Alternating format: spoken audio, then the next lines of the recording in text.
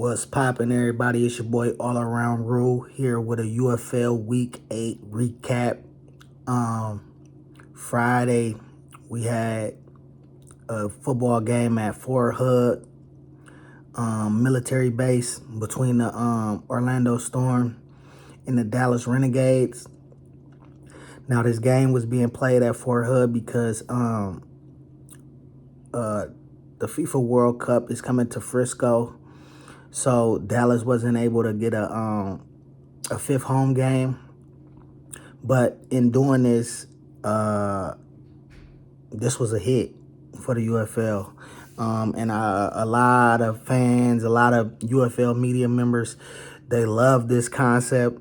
It was limited people to almost 4 or 5,000 people in attendance, but overall, I think this type of game is something that you can do yearly to grow the game of spring football. It was a great game. The Storm ended up winning 31-24, clinching the playoff spot, the first playoff spot. Jack Plummer sealed it with a 70-yard run.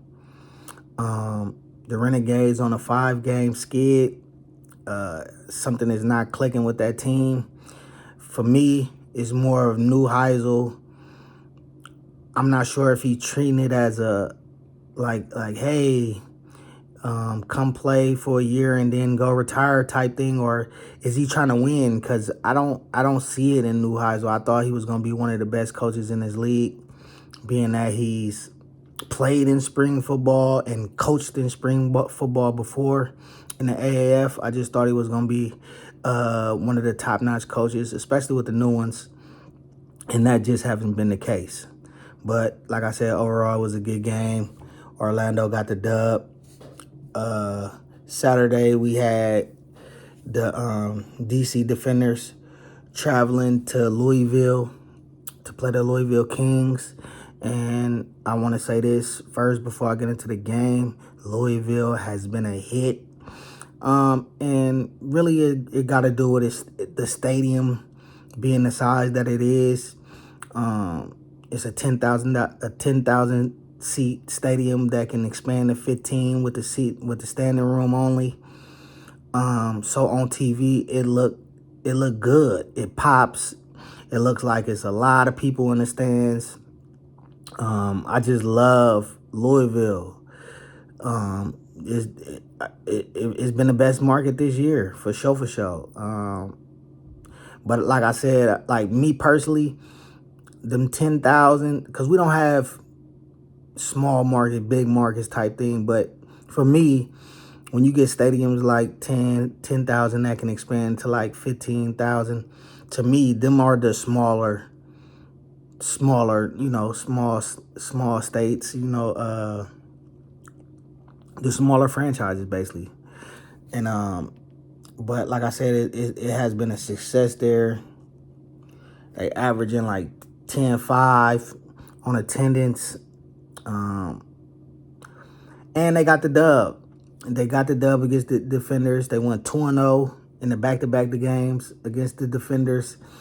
Bad news, Jordan Teamo, I think he suffered a ACL injury in the first quarter. He tried to come back, and it was a play where he tried to hand the ball off and he tried to step with the knee that he hurt it.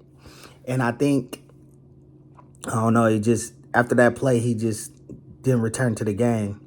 But DC still was in it. They ran the ball good with they 3 backs that they got. And they only lost by 3 points. The problem is they got to play Orlando now back-to-back. And Orlando is a good team. The Kings, they a couple games close from itching a playoff spot. We got to see, because they lost to the 2 teams that's above them, which is the Battlehawks and the Stallions. So they're going to need some help. Saturday, we had probably the biggest upset of the weekend. The Gamblers coming to the Battle Dome against my Battlehawks and pull off an upset. 23-16. The RPO game that Houston was running was it got to the Battlehawks defense. We didn't know how to stop it in the first half. And our offense wasn't putting up points. They was putting up points, but they wasn't putting up sevens. They was putting up threes, and that was the big difference in the game, because we only lost by a touchdown. But second half, we picked it up.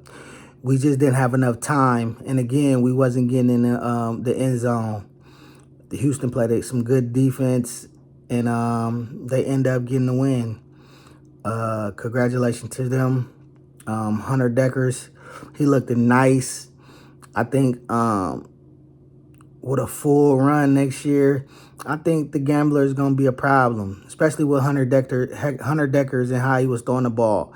And they got the Renegades draft pick, John Rice Plumlee, who was a first round draft pick in 2024 with the UFL. He got wheels. So he might be a problem also if he stays in the UFL next year. I can see them two quarterbacks looking very good next year. I swear. The Gamblers going to be a problem next year if they still around. Sunday, we had the Stallions taking on the Aviators. Defensive battle. Stallions got the dub, 14-3. The Aviators, they just got a problem with throwing the ball down the field. It's like they just are running the football team. Like, they just like to run the football. They are running on 4th and 6, 3rd and 6. Like, they don't care. They're going to run the ball. And I feel like that's their downfall, that they can't throw the football down the field and get some easy completions from McClendon. And another thing that I think messing the Aviators up is he doesn't use his legs enough. There's times where he's sitting back there and he could just take off and get an easy first down, and he doesn't do it. So I think that's something he should lean into a little bit more, and it will help the team. But overall, it was a defensive battle. Stallions defense picking up late in the season. Shout out to AJ for getting them boys back. And shit, they almost in the playoffs. But that's my Week 8 recap. Peace.